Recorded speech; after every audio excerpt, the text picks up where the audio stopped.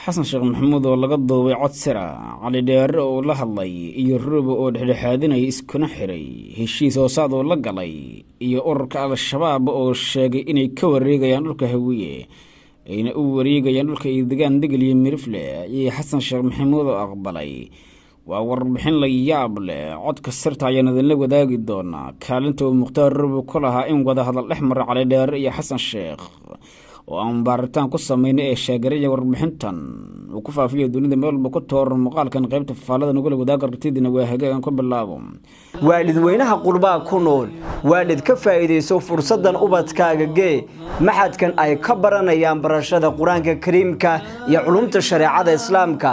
waana maxad kuu furan 24 saacadood iyo 7 maalmood oo usbuuca waxaana ubadka loo dhigayaa barashada qur-aanka kariimka barashada akhriska higaada luqadda carabiga barashada afkeena Soomaaliga iyo barashada culumta shareecada islaamka sida kutubta fiqiga axaadiista iyo tafsiirka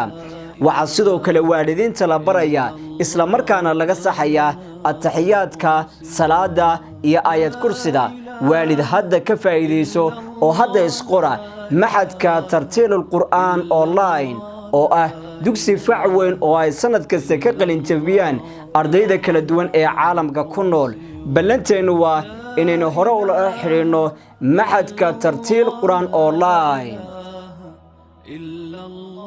madaxweynaha Soomaaliya xasan sheekh maxamuud ayaa qadka telefoonka kula xiriiray afayeenka ururka al-shabaab cali maxamuud arraaga cali dheere iyagoo isku afgartay arrimo xasaasi oo ku saabsan amniga guud ee qaranka. ururka al-shabaab ayaa odayaal erga ka ah u soo diray mukhtaar ruuba iyadoo mukhtaar ruuba uu isku xiray xasan sheekh maxamuud iyo cali dheere. ururka al-shabaab ayaa waxay soo jeediyeen inay u baahan yihiin in markaasi ay ka guuraan dhulka ay hawiye degaan isla markaana loo ogolaado inay u guuraan dhulka ay degto degel iyo mirifle ee koonfurta aysan uga daba imaan hawiyuhu halkaasi. waa arrin la yaab ku noqotay shacabka Soomaaliyeed markii ay maqlaan odayaal ka soo jeeda beesha Abgaal oo xasan sheekh maxamuud ay jufo hoose isla yihiin ayaa ururka al-shabaab kula kulmay deegaanka aadan yabaal iyagoo u soo dhibay fariin taas ah inay dowladda Soomaaliya u tagaan kadibna ay wada hadal la soo galaan. waxa uu markaasi odayaasha dhaqanka ee beesha Abgaal ee markaas aadan yabaal kula kulmay ururka al-shabaab ay ka codsadeen inay u tagaan xasan sheekh maxamuud iyo kooxdiisa ayna u gudbiyaan fariin ku aadan in al-shabaab ay ka guurayaan deegaanada beesha hawiye ay leedahay ayna u guurayaan dhinaca degel iyo mirifle sidaas daraadeedna loo baahan yahay in ururka al-shabaab markaasi deegaanadaasi aan looga daba imaanin oo la nabadgeliyo maadaama degel iyo mirifle aysan markaasi ururka al-shabaab la dagaalami karin ama aanay iska kicin karin. arrintaasi ayaa noqotay mid la yaab ah oo markaasi shacabka Soomaaliyeed ay la yaabeen. sidaan xogo kala duwan ka helnay xasan sheekh maxamuud oo telefoonka kula hadlay afayeenka ururka al-shabaab cali dheere ayaa si toos u soo dhaweeyay tallaabadan isagoo sheegay inuu aqbalayo. waxaa la sheegay in mukhtaar ruuba cali abu mansuur oo horey u soo noqday hogaanka ururka al-shabaab oo arrintan ka shaqaynayay isla markaana uu qayb ka ahaa dadka aaminsan in aragtidan ay shaqayn karto. mukhtaar ruuba cali abu mansuur oo ahaa isku xiraha afayeenka ururka al-shabaab cali dheere iyo sidoo kale madaxweyne xasan sheekh maxamuud ayaa sidoo kale tallaabadan uu qaaday waxay noqotay mid la yaab leh oo hadalhayn dhaliday. gudoomiyaha amniga gobolka banaadir ayaa arrintaas si adag uga soo horjeestay cali cali wuxuuna ku tilmaamay in ay tahay aragti khaladan isaga oo markaasi wacdo ku maray inay tahay in la burburiyo gabi ahaanba odayaasha dhaqanka ee hadalkaasi soo qaaday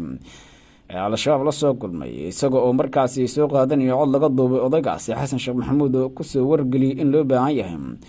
in ururka al-shabaab lala yeesho wada hadal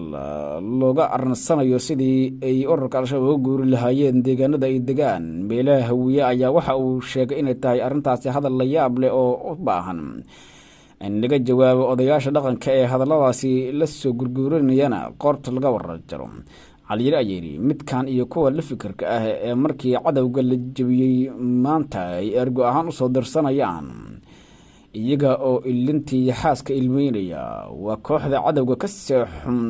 iyo shar badan oo ay tahay inaan iskaga qabanno gacan ka xanuun badan tan cadawga khawaarijta la saaray.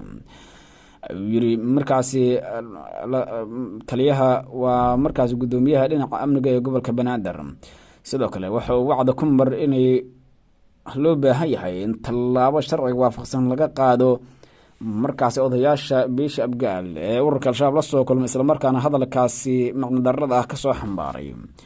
sheegaray xogaan qaybta falan guriga wadaag aragtidiina tan iyo kalosi dumar nabadgeliyo waalidweynaha qurbaa ku nool waalid ka faa'iidayso fursaddan ubadkaaga gee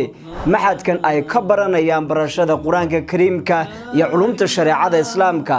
waana maxad kuu furan 24 saacadood iyo 7 maalmood oo usbuuca waxaana ubadka loo dhigayaa barashada qur-aanka kariimka barashada akhriska higaada luqadda carabiga barashada afkeena Soomaaliga iyo barashada culumta shareecada islaamka sida kutubta fiqiga axaadiista iyo tafsiirka waxa sidoo kale waalidiinta la baraya isla markaana laga saxayaa ataxiyaadka salaada iyo aayad kursida waalid hadda ka faa'iideyso oo hadda isqora maxadka tartiilul qur'aan online oo ah dugsi fac weyn oo ay sanad kasta ka qalin jabiyaan ardayda kala duwan ee caalamka ku nool ballanteenu waa inaynu hore ula xiriirno maxadka tartiil qur'aan online